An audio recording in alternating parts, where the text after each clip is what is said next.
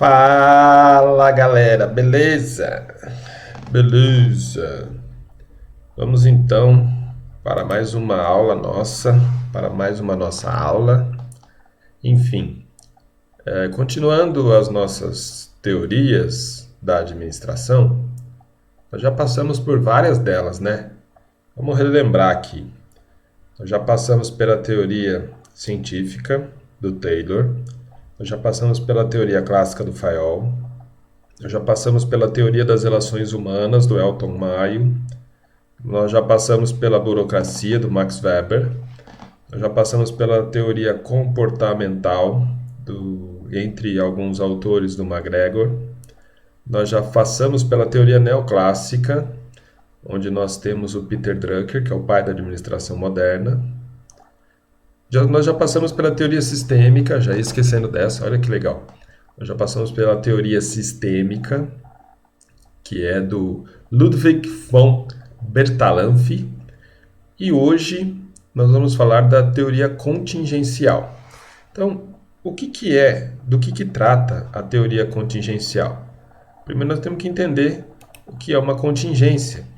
E uma contingência é algo incerto ou eventual, que pode acontecer ou não acontecer, vai depender das circunstâncias.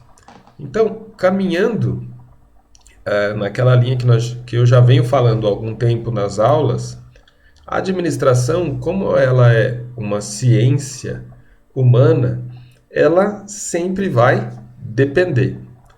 Como assim, professor? Sempre depende. Depende da empresa, depende do segmento, depende dos colaboradores, depende das máquinas, depende dos equipamentos. Então vai ter todo um contexto para a implementação das teorias, da prática daquela teoria.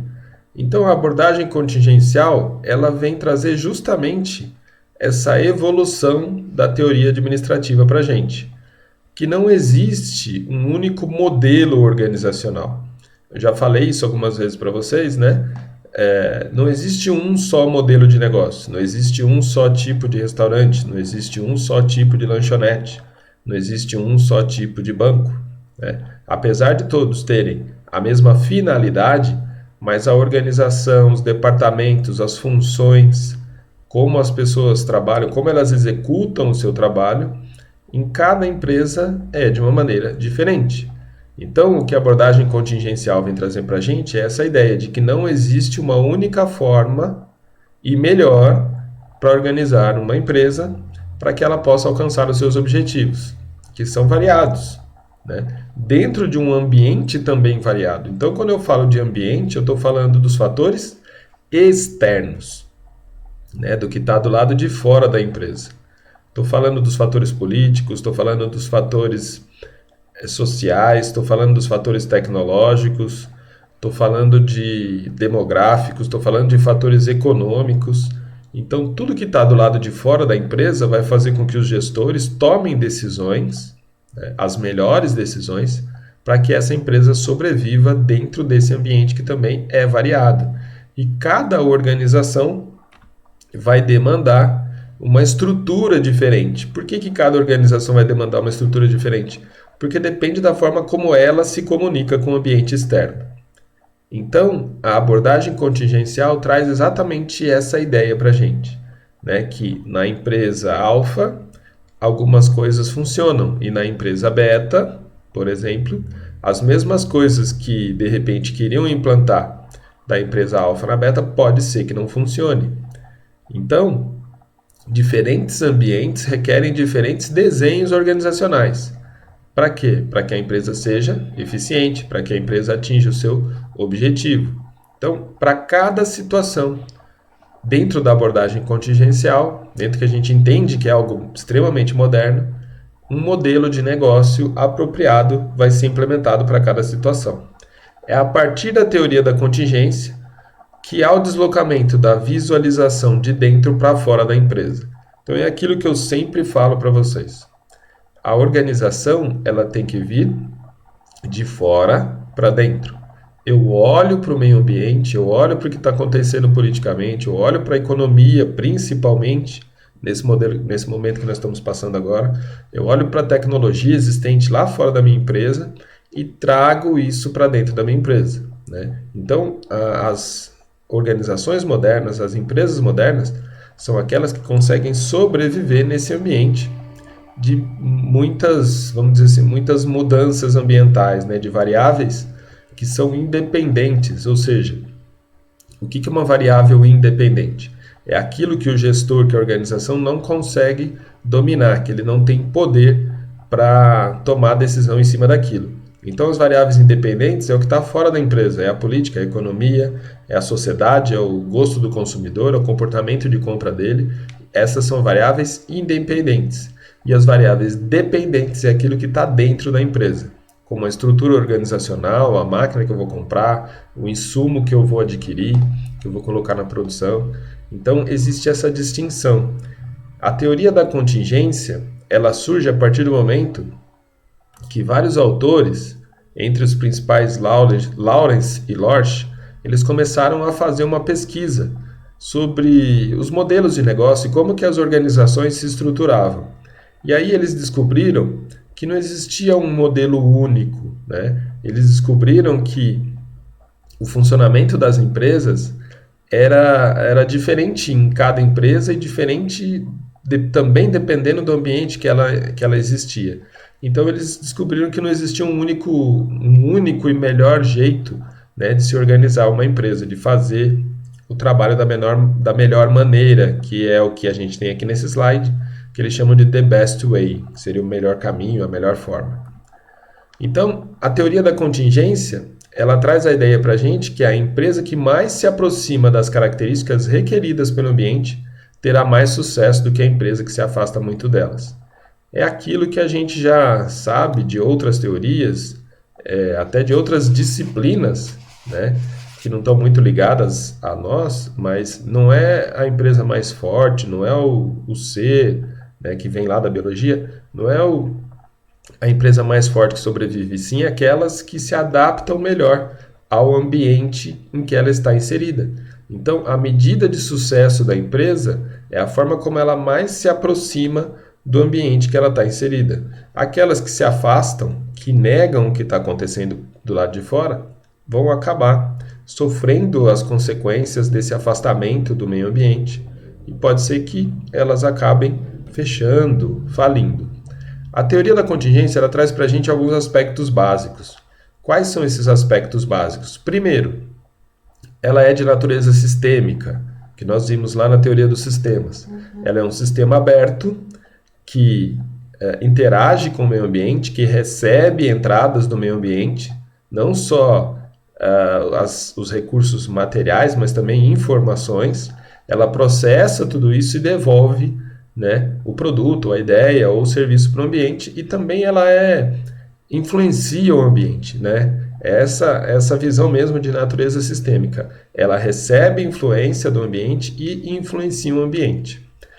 Essa é a principal característica, né, dessas organizações sistêmicas e que tem muito a ver com a teoria da contingência, porque vai ser exatamente essa interação com o ambiente que vai fazer com que que a gestão dela seja contingencial. Ou seja, principalmente nos dias atuais, não deve-se ter medo de mudar de ideia, né? Você definiu um processo, definiu um determinado produto, né? O mercado pode ser que não receba aquele produto do jeito como ele foi concebido. Então, esse produto ele tem que ir mudando, ele tem que se adaptando ao mercado. A mesma coisa com os processos. Às vezes a empresa definiu um processo de compra, um processo de venda, um processo de produção e esse processo não está funcionando bem. A empresa ela tem que ir adaptando esse processo à medida que ele se torne cada vez mais eficiente. E aí a teoria da contingência traz para a gente uma outra teoria, né, que é o que nós chamamos de adhocracia. O que vem a ser a adhocracia? A adhocracia é totalmente o contrário de burocracia. A burocracia, ela mostra para a gente estruturas rígidas, né? onde existem muitas regras, regulamentos, onde as coisas ficam engessadas. Essa é a burocracia. A adhocracia é o contrário.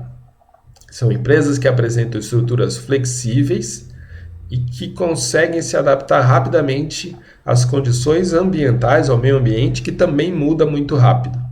Então, a adhocracia, ela é um organismo, né? Uma organização que consegue, usando os termos que está aqui no slide, se agrupar, se dissolver, se modificar a cada momento que o mercado muda com ela. Tá? Então, nesse esquema, né, em empresas adhocráticas, você não tem mais a questão do departamento fixo, você não tem mais a questão daquele organograma que é fixo, você não tem mais o cargo, você tem um ambiente extremamente flexível que se adapta às mudanças ambientais.